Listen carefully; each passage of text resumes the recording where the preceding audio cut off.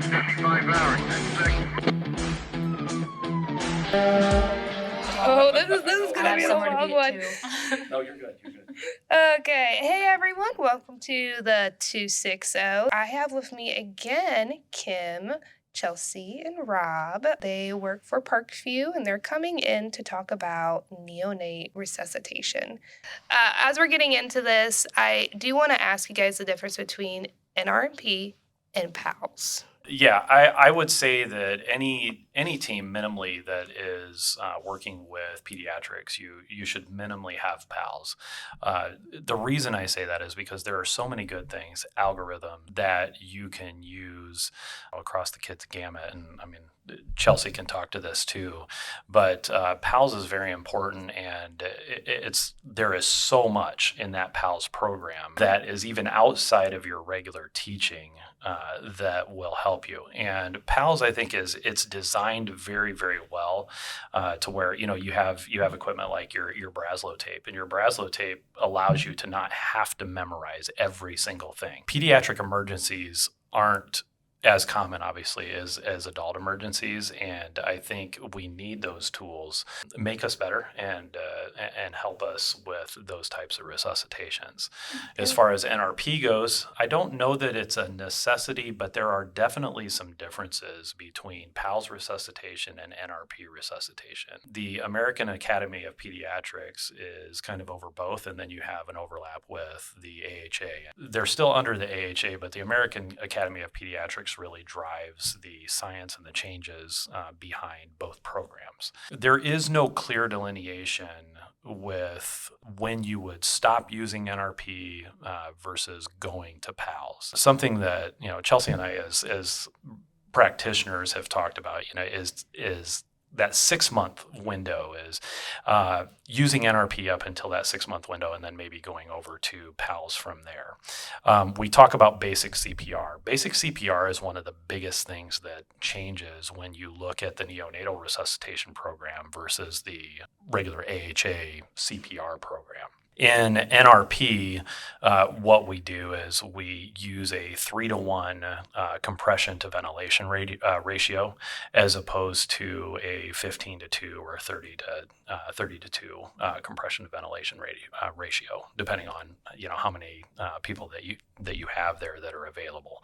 Also, the NRP program doesn't really focus a lot on the defibrillation portion. In fact, it doesn't at all focus on defibrillation, because newborn babies typically don't have those heart issues. You're not going to see something where you have rhythm disturbances that would require defibrillation. It really is focused more on obtaining ventilation and having good ventilation. And usually, there is literally a statistic out there that shows that 99% of cases in newborns, if you are able to ventilate and ventilate effectively, that you're actually going to get that patient to turn around from a cardiac standpoint. Oh, wow. So. And you said the age range kind of differs, and we kind of talked about this a little bit off air. What age range are we talking about here? Well, if you look at the textbook definition, NRP is anything from 0 to 28 days, and then PALS kind of takes over from there, about a month of age all the way up to 18 years old. But kind of like Rob was touching on, there's a big difference between your NRP algorithm and your PALS algorithm, because those neonates don't have electrical problems typically, which is where you would see your defibrillation in your PALS, and they are very airway based. So if you're having a kid, and like Rob said, we kind of do 6 months is our rough estimate on when to kind of do a PALS versus NRP, to where if you establish an airway in that patient, most of the time they turn around, because if fluid is your go-to for that kid, they're already having a pumping problem. So they're not pumping the blood where it needs to go, which is typically what we help them with. It's more mechanical. That fluid's just going to sit in that baby's lungs, and it's going to make your ventilation that much more hard to establish, because if they're airway driven and then you're putting fluid into their airway space, it's going to just further decline the patient rather than help the patient. And just so you guys know, in the description for this episode, I am going to be listing Rob and Kim's and Chelsea's emails, or if you want to reach out to them specifically about these courses. Let's dive into this. So neonate resuscitation. Let's talk about assessment tips things that we need to look out for? When do we progress? So when it comes to from the NRP standpoint, so say we have a baby that's born in the field, NRP standards for oxygenation, for example. So oxygen's a drug. We don't want to give it if it's not necessary. And a newborn baby saturation at 1 minute only has to be 60%. So I think of it as there's 60 seconds in a minute. At 1 minute, you should be at about 60% oxygenation. And that's from the right wrist, because that's our only one that's preductal. So there's going to be no mixing of the blood if they still have those fetal pathways open. And from that first minute, about every minute after that, add 5%.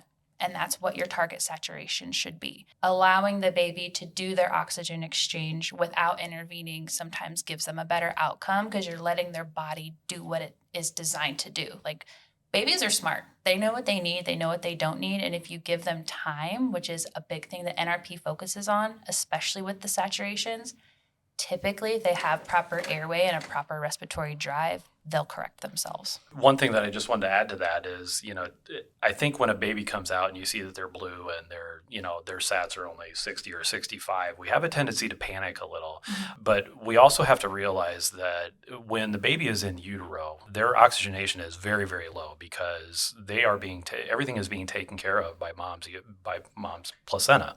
So all of that gas exchange is actually taking place back at mom waist, and Kim talked about this in our other presentation, but don't panic. You've got time. The typical baby will take anywhere from 1 to 20 minutes to transition from intrauterine life to extrauterine life. As one of the doctors that I used to work with years and years ago said, being born is the most difficult thing that you will ever do in your life, just because of all the transitions that you have to make from intrauterine to extrauterine life. Mm-hmm. And I think keeping in mind with airway being such an important component is a lot of times we'll see a baby, they're not really breathing, they're not satting well, and their heart rate's down. You're going to want to jump in and want to start to do compressions. Where NRP, that's kind of where it slows you down. It's like, hold on. Have you established an airway first and foremost? Because you're going to want an advanced airway. Are you satting this? And it lays it out very clearly on the steps to follow prior to compressions. Because if you start compressions early, what you're going to do is cause lactic acid to build up in the blood, and then you're going to further put that kid into an acidosis, which is it's going to knock down their respiratory drive, and then you're just further going to get yourself in the hole.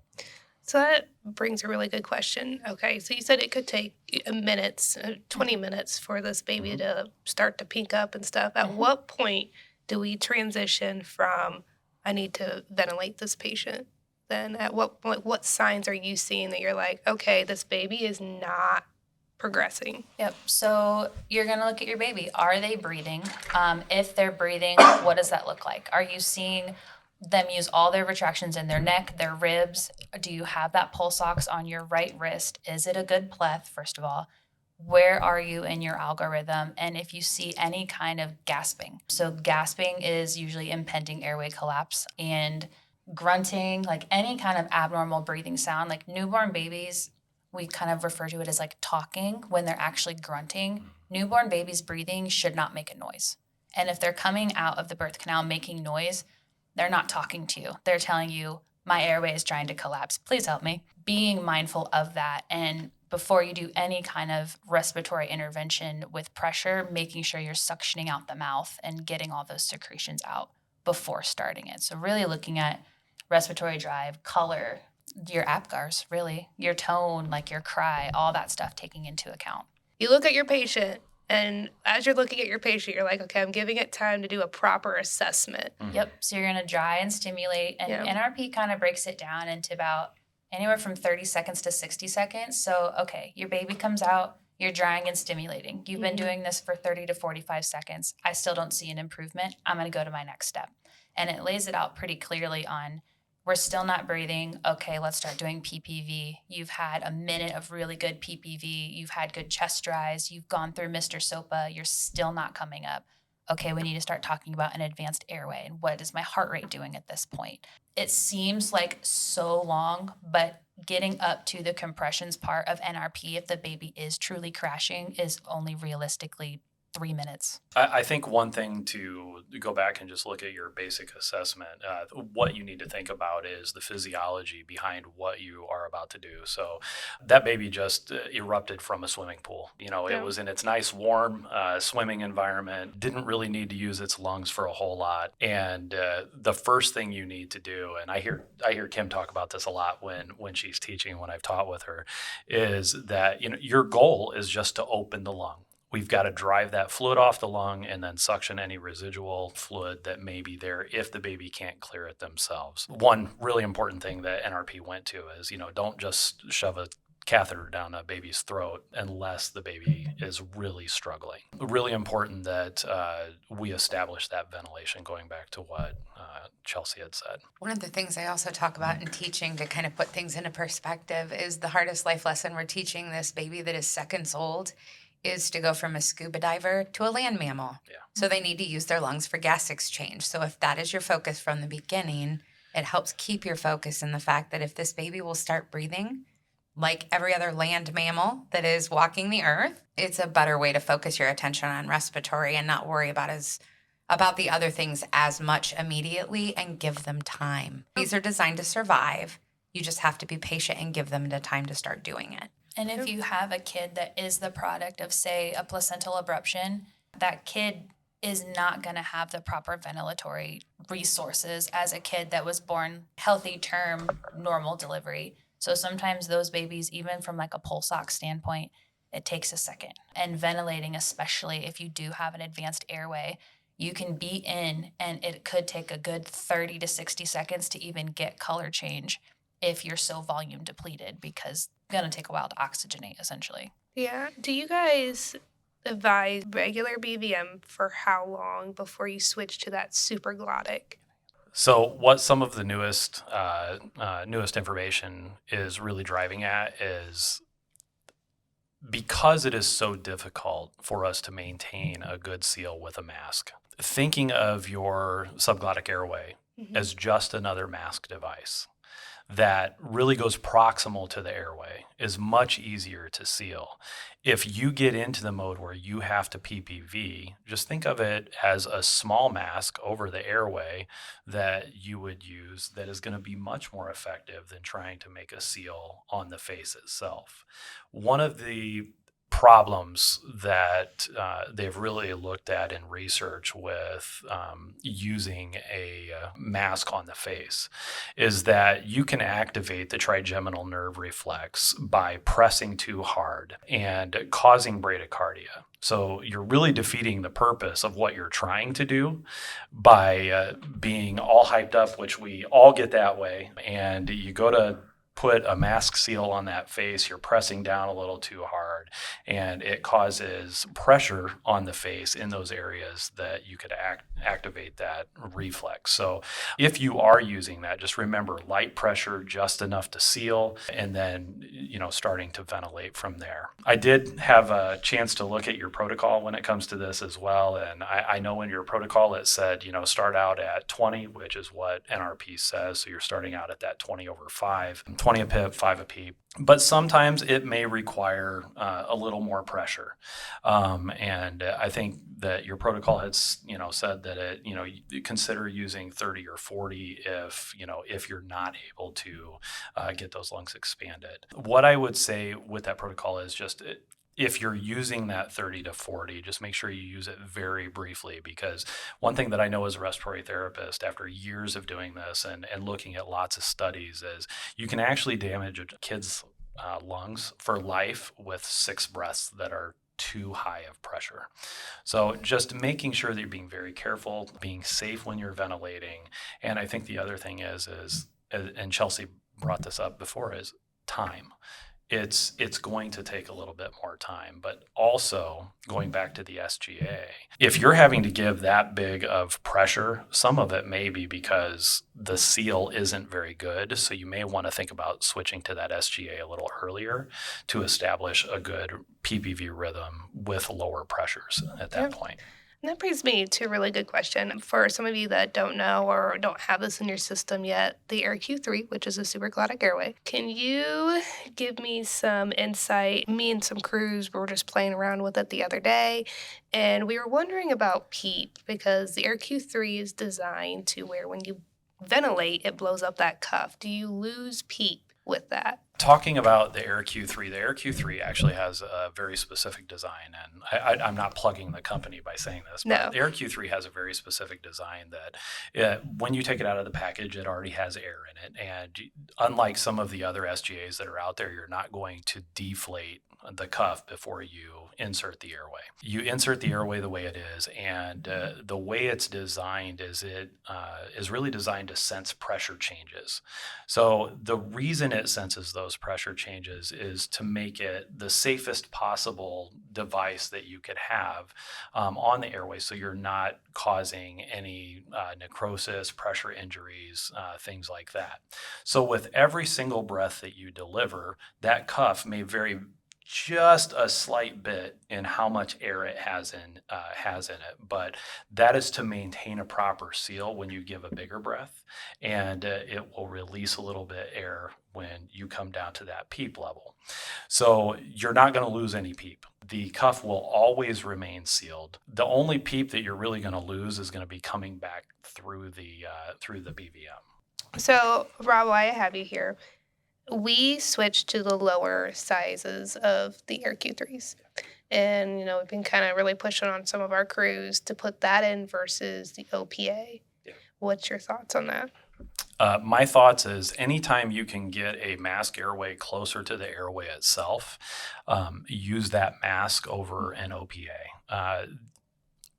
The way the AirQ3 or really any SGA was designed is safer than the original OPA. The original OPAs are harder. They're not as flexible.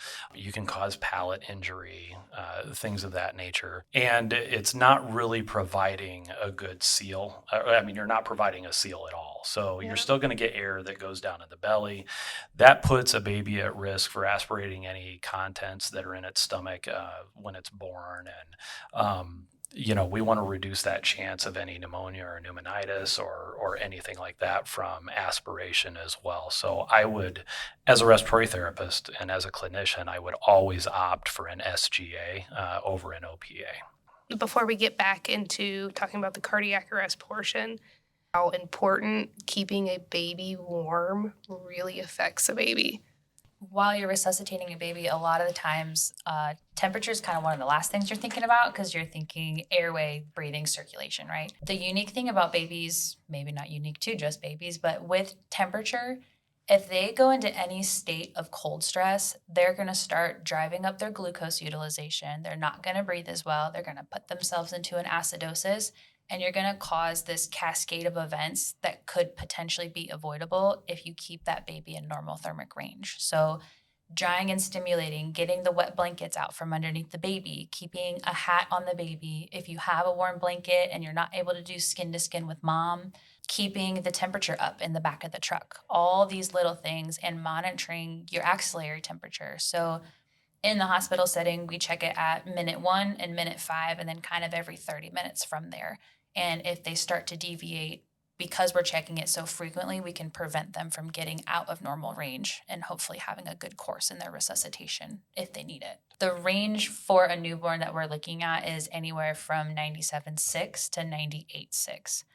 You can have a temperature as high as 99.5. That is still considered normal. As long as you're getting somewhere under 99.5 but above 97.6, you are normal thermic. So try to keep the baby in that range. I think that's something that's very important to remember because, obviously we're dealing with adults in the field the majority of the time that can have a normal temperature range of 96 to 96 to almost 100 and be considered completely normal. The baby just in general just has that much tighter range for temperature or thermoregulation. And again, I really want to drive that home to our people, keeping that baby warm through all phases of it, like before, during. And say Temperature is one of the things that is forgotten in a resuscitation. If the baby gets as low as a core temp of 30 degrees Celsius, which is 86 degrees Fahrenheit, usually won't be registerable on a thermometer. If you would give that baby any kind of medications or fluid, they're not going to go anywhere. At that core temperature, their body just kind of keeps it all in the central of where you put it, and it won't disseminate it where it needs to go. It won't absorb. So your code algorithm at that point isn't going to get you anywhere. So when do we do actual compressions? Like I know a lot of the standards say like at heart rate lower than 60, we start. I think when you start thinking about the cardiac arrest algorithm, when we're talking about NRP, which obviously is it's gonna vary from PALS. So when we're talking about NRP or newborn resuscitation, the whole goal is to establish the ventilation, as we said. After you have established good ventilation, so you know you're getting good chest rise, breath sounds, so on and so forth. You've done that for about 30 seconds. Then you're going to consider starting compressions, but only if you have an airway in. So just remember your numbers are really 30 seconds of effective ventilation with an advanced airway, whether that be an ET tube or an SGA, okay? Heart rate then is still below 60. Then you're going to consider starting compressions. Now, one of the things that we talked about with the difference between PALS and NRP is that once you get into that scenario where you're starting to do compressions, you're going to do a 3-to-1 compression to ventilation ratio. It's because you're still trying to maintain good ventilation to help increase that heart rate. Because as Chelsea had said earlier, kids just don't really have electrical problems. So if you're able to maintain that good ventilation, that ventilation is probably what's going to bring your heart rate around more than the actual compressions themselves. And your cadence for ventilation. So if you're only ventilating and not doing compressions, your cadence is going to be breathe 2, 3, breathe 2, 3, breathe 2, 3. Once you add that compression component, it now flips and your compressions lead to where it's 1 and 2 and 3 and breathe. Where every time you're saying and, you're letting that chest fully recoil. Every time you're saying a number is when you're decompressing the chest 1/3 diameter. Ideally using the 2-thumb technique, it seems to be more consistently effective. And then giving that breath when you're saying breathe. From a cardiac resuscitation perspective, I think you have to start thinking why you're in that state. So did you have a mom that just delivered that may have hemorrhaged? You know, did she, was there a lot of blood present? Could the baby have fluid loss? You start thinking, okay, we've got our basic CPR, but if that basic CPR continues to go on, you really have to, like PALS, start thinking, okay, what were your H's and T's? So what were your causes that got us to this point? And how do we remedy those causes? So the next thing in the NRP algorithm is you're going to start thinking about fluids. In your case, I believe that you're going to establish IV access of some sort, whether that be an IO, whether that be a regular IV. I don't believe you guys are doing any lines or carry lines for umbilical insertion. So, so you're going to want to think along that lines. And then the next thing that you're going to do, let's say you've done CPR for a minute. You've done compressions for a minute. Your heart rate is still below 60. You don't have an IV established at that point. You could consider putting epi down the SGA or the ET tube, depending on what you chose as airway control. Remembering, just like it is with adults, that epi absorption via the lungs is probably not that great. We really don't know how much they're going to get. Does it work sometimes? Yes, I've seen it work. But then I question, was it actually the med or was it just our PPV? Another thing is when you're dealing with babies, always remember you're using 1 to 10,000 concentration. You're not going to use the 1 to 1,000, not unless you're very well adept at doing your dilutions and knowing your calculations and those things. 1 to 1,000 could be very detrimental to a baby. So continuing with the resuscitation steps is after you have established an IV then, you would go ahead and deliver your epi that way. It's going to be the same as it is with ACLS and PALS, where you will reassess for epi delivery every 3 to 5 minutes, assuming you're continuing to do CPR. Once your heart rate increases above 60, you can stop the compressions, and then you will evaluate to see, is the heart rate between 60 and 100, and does my baby have any spontaneous respirations? So if it's still within 60 to 100, you're going to continue PPV. If it's over 100, you can consider stopping PPV if your baby is breathing appropriately and can maintain its heart rate after you stop the PPV. Farther down the algorithm, let's say you did have a hemorrhage situation and baby's heart rate is just hanging out in, we'll say, the 80s, not really coming up, despite the baby breathing, actually having rhythmic breathing that looks pretty good. You might want to consider giving a fluid bolus at that point.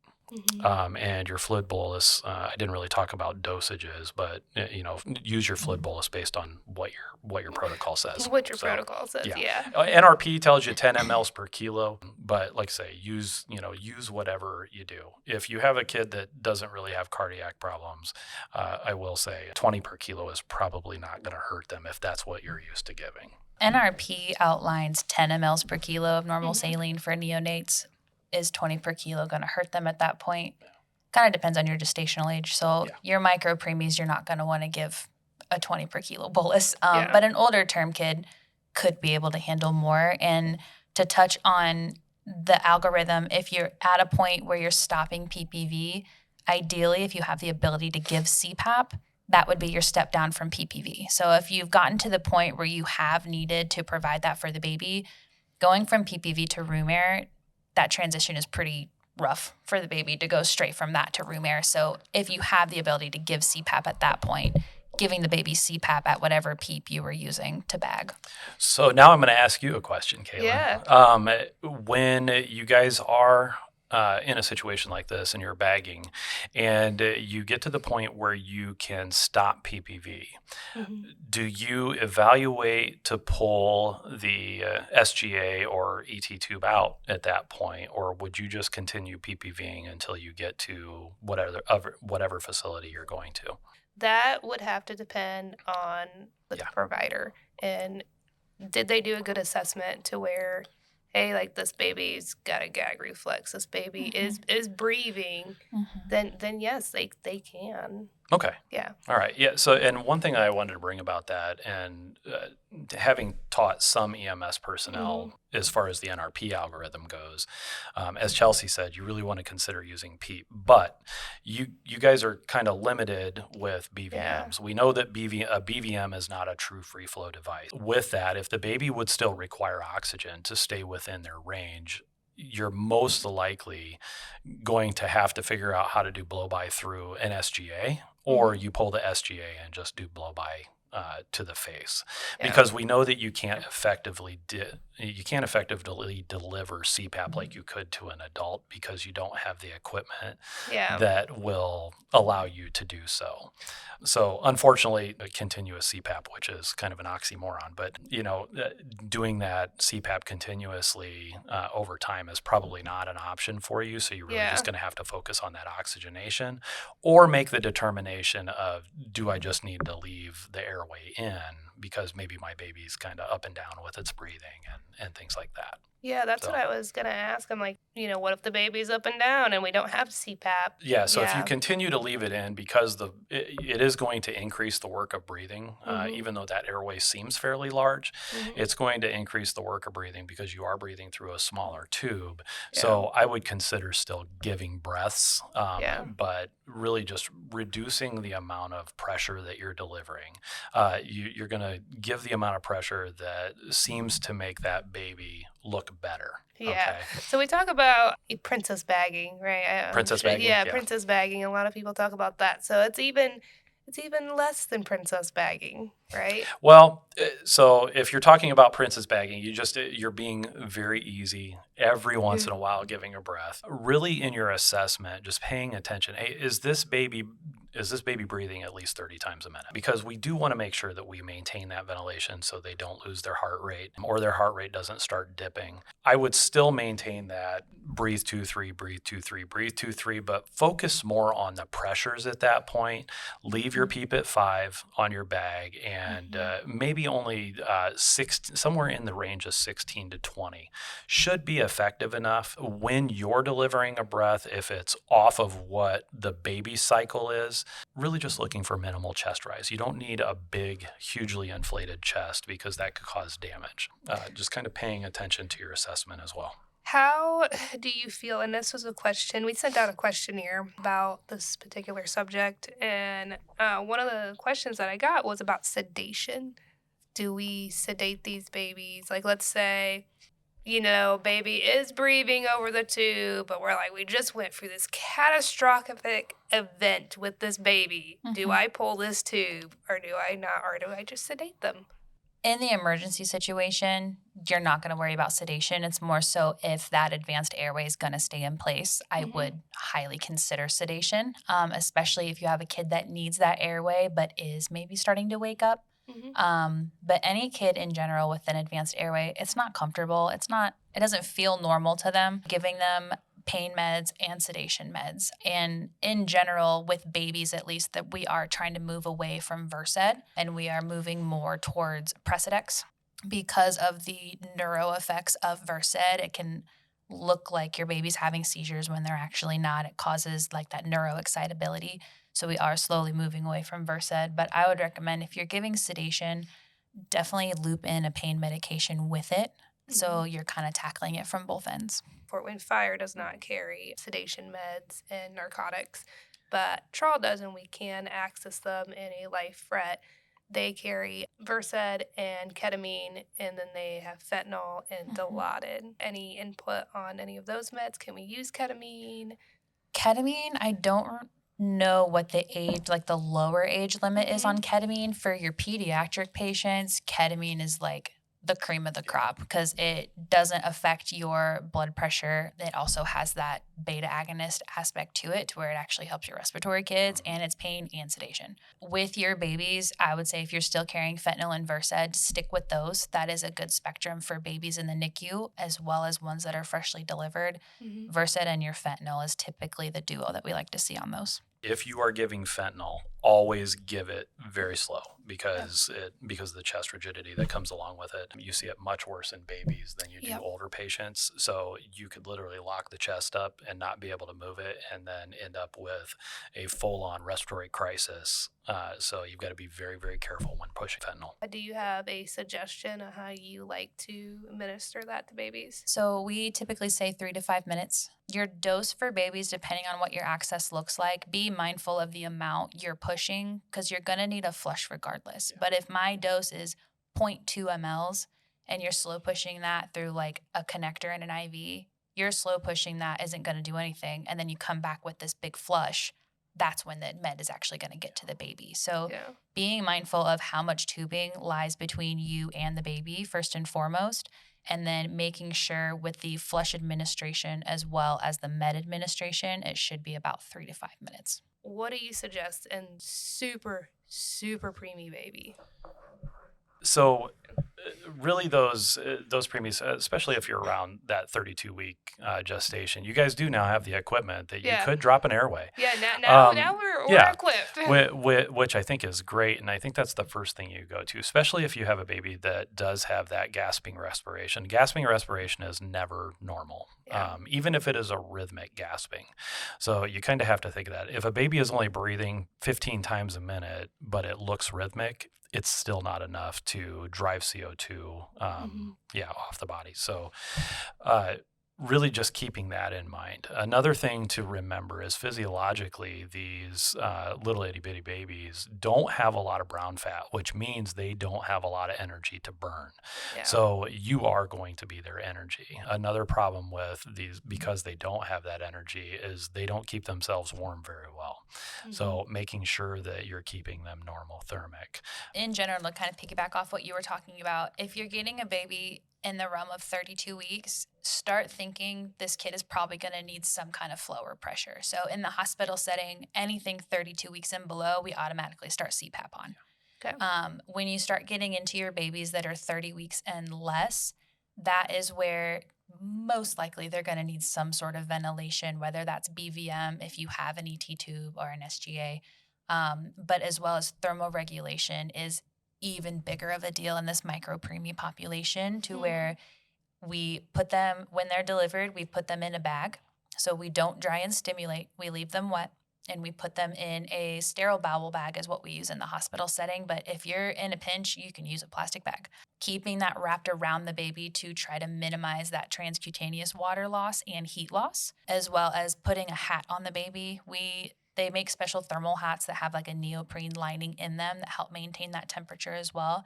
And then again, cranking up the heat in the room, as well as sugar regulation. I mean, if you have an infant of a diabetic mother, for example, sugar, even on a term kid, is going to be a problem because they were getting mom's levels of sugar. So they have this very high insulin in their body. You cut off mom's sugar, all of a sudden they have an excess of insulin they don't know what to do with. Being mindful of the infants of the diabetic mother, checking a sugar 30 minutes after the baby's born. Anything before 30 minutes is more going to reflect mom. And being mindful of they might need some D10, as well as your micro preemie, like Rob said, they're going to burn through their energy reserves quick. And once they burn through that energy reserve, you start going into the Krebs cycle with all the ATP production, if you remember that from biology, to where if they're not oxygenating, they're not going to be able to put out as much sugar as they could if they did have oxygen present. Being mindful of sugar in that sense as well, and making sure you're staying on top of it. Is there any tips about vascular access with even newborns, with preemies? So in general, we try to start distally, hands and feet, scalp, because if you blow, say you go straight for an AC and it blows, you've kind of nixed everything below that. Trying to start at the hands. These kids are typically shallow. A lot of what type of IV catheters do you guys use? Well, we have straight needles. Being mindful of even the length of your IV catheter. With a lot of them, the standard I believe are 0.75, but they make 0.56. So they're a little bit shorter, but being mindful where you're poking, starting distally.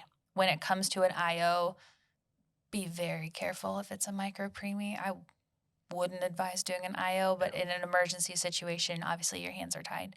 Even flushing too fast on a preemie can blow the vein. So as soon as you get that flash, just like with an adult, only slightly adjust your angle and then push that catheter in. Do not push that needle in any further or it'll blow. And I saw recently a tip, and that's taking like a flashlight and putting it underneath the baby's hand. Yep. And that will help you guys see those veins a little bit better. Yep.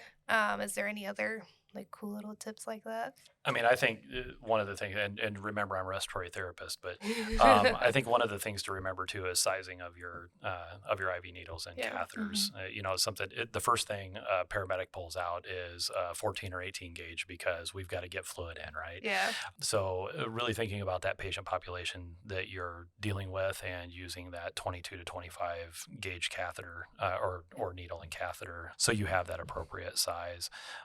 Talking about the IO, I think, first of all, there's not a true neonatal IO if you're using a drill. When you're using that Jamshidi, just making sure that you're setting the depth correctly so you don't go all the way through the bone. If you're using a drill, know that you're probably not going to seat that, IO needle all the way down to the base, because if you do and you're using the pediatric version of the needle, it's going to be way too long and it will go right through the bone.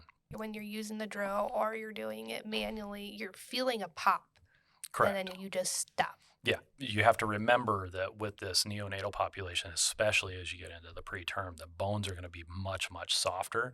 So you may not feel a true pop like you do with a pediatric patient that is a year or two old. And then just follow your protocols for placement.